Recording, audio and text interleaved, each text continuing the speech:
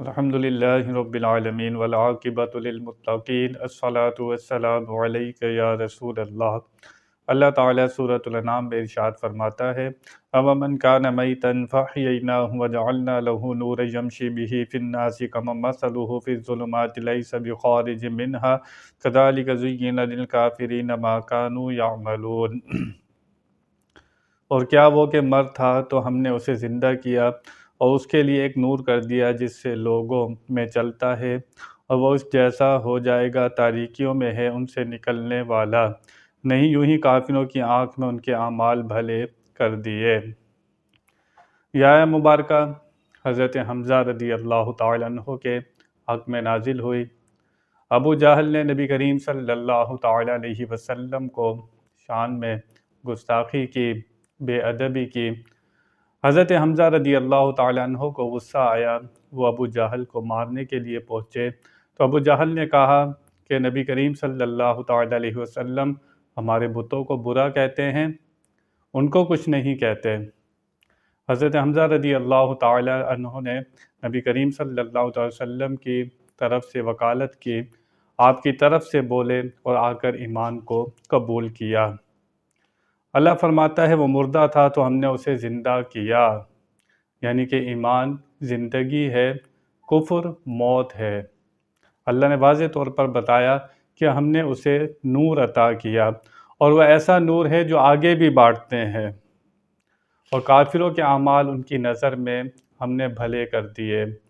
کافروں کو یہ خیال تک بھی نہیں آتا کہ یہ ہم گناہ کر رہے ہیں، جو کفر ہم نے عقیدہ رکھا ہوا یہ گناہ کا عقیدہ ہے، ان کو خیال تک بھی نہیں آتا۔ مسلمان بھی کہنے والے آج یہی کہتے ہیں، ہم تو گناہوں والی زندگی گزارتے ہیں، شراب بھی پیتے ہیں، برے کام بھی کرتے ہیں، سود بھی کھاتے ہیں، ہماری تو پکڑ ہی نہیں ہوتی۔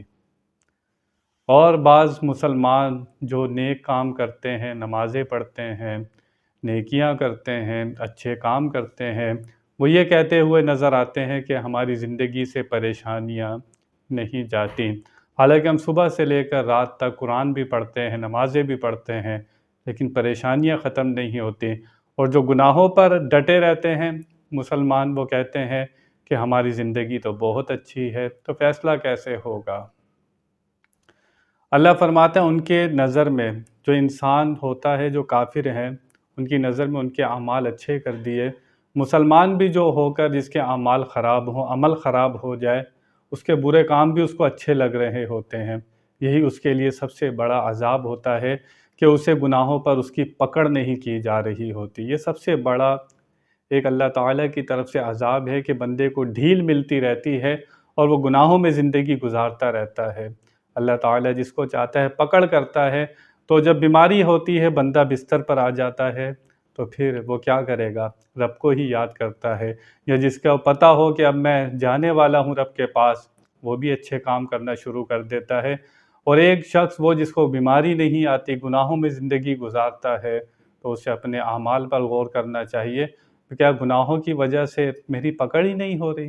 اللہ تعالیٰ میری طرف دیکھ بھی نہیں رہا، میں جس حال میں بھی ہوں مجھے چھوڑا ہوا ہے۔ تو جو بندہ چھوڑا ہوا ہو اس کے لیے کوئی خیر نہیں ہوتی۔ اللہ والے نیک لوگ ہوتے ہیں لیکن چھوٹی سی بات پر پکڑ ہو جاتی ہے، اس کا تعلق مضبوط ہوتا ہے۔ تو آپ کا بھی جس کے ساتھ تعلق مضبوط ہوتا ہے وہ آپ کی فکر کرتا ہے، والدین بچوں کی فکر کرتے ہیں کہ یار یہ بگڑ نہ جائیں، بلا تشبیہ سمجھانے کے لیے۔ اللہ تعالیٰ کے جن سے تعلق ہوتا ہے، جو اللہ تعالیٰ کے دوست ہوتے ہیں، اللہ تعالیٰ کو بھی فکر ہوتی ہے کہ میرا بندہ ہے کہ راہ راست سے بھٹک نہ جائے۔ اللہ تعالیٰ ان کی نگہبانی کرتا ہے، حفاظت کرتا ہے، ان کو نظر میں رکھتا ہے۔ تو جو نیک کام کرنے والے ہیں، نمازیں پڑھنے والے ہیں، وہ یہ نہ سمجھے صحابہ کرام کی زندگی بھی بہت مشکل تھی۔ میرے آقا صلی اللہ تعالی وسلم سب کچھ ہونے کے باوجود 3 مہینے گھر میں چولہا نہیں جلتا تھا، تو آپ کیا کہیں گے؟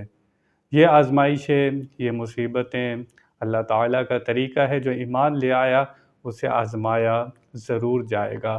تو جس کا تعلق اللہ سے جتنا قریب ہوتا ہے، آزمائش بھی سخت ہوتی ہے، اس آزمائش کے بعد پھر جنت ملے گی، اس کے مزے ہی کچھ اور ہوں گے۔ امام حسین کا مرتبہ سب سے بلند تھا، امتحان بھی سب سے بلند تھا۔ ایسا امتحان کسی کا دیکھا آپ نے؟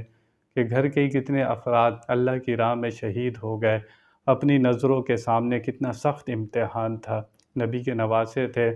حضرت خلیل اللہ ابراہیم علیہ الصلوۃ والسلام کے بیٹے حضرت اسماعیل کا بھی امتحان تھا، لیکن وہاں پر دمبا آ گیا تھا، یہاں پر اپنی جانوں کی قربانی دینا پڑی۔ تو اللہ کے جو جتنا قریب ہوتا ہے اس کو اتنی ہی آزمائشوں کا سامنا کرنا پڑتا ہے، مسلمان کو اس بات کے لیے تیار رہنا چاہیے۔